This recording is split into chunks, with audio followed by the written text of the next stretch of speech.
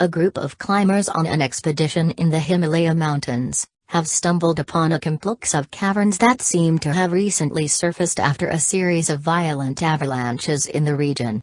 Inside one of the caves, the team of Norwegian and Swedish mountaineers found the remains of a humanoid male from the Paleolithic era.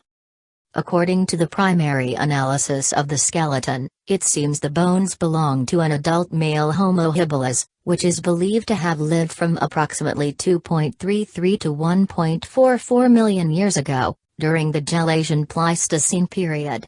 Further tests and analysis will be done to determine the exact nature of the remains, their age, and the individual's cause of death.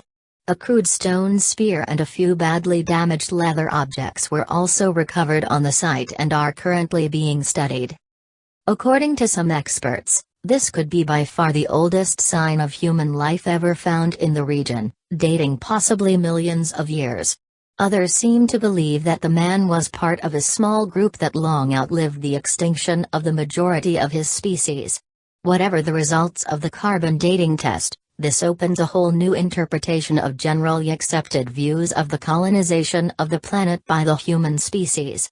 According to most widely accepted theories on the subject, Homo habilis isn't normally believed to have traveled this far from Africa and lived in such hostile climates. The remains of the man seem extremely well preserved considering their age, a miracle due to the very constant and extremely cold temperature of the area that would have kept his body constantly covered in ice for millenniums. They were discovered in a large cave, part of a complex of at least 65 separate cavities of varying sizes, that could have been a prehistoric settlement.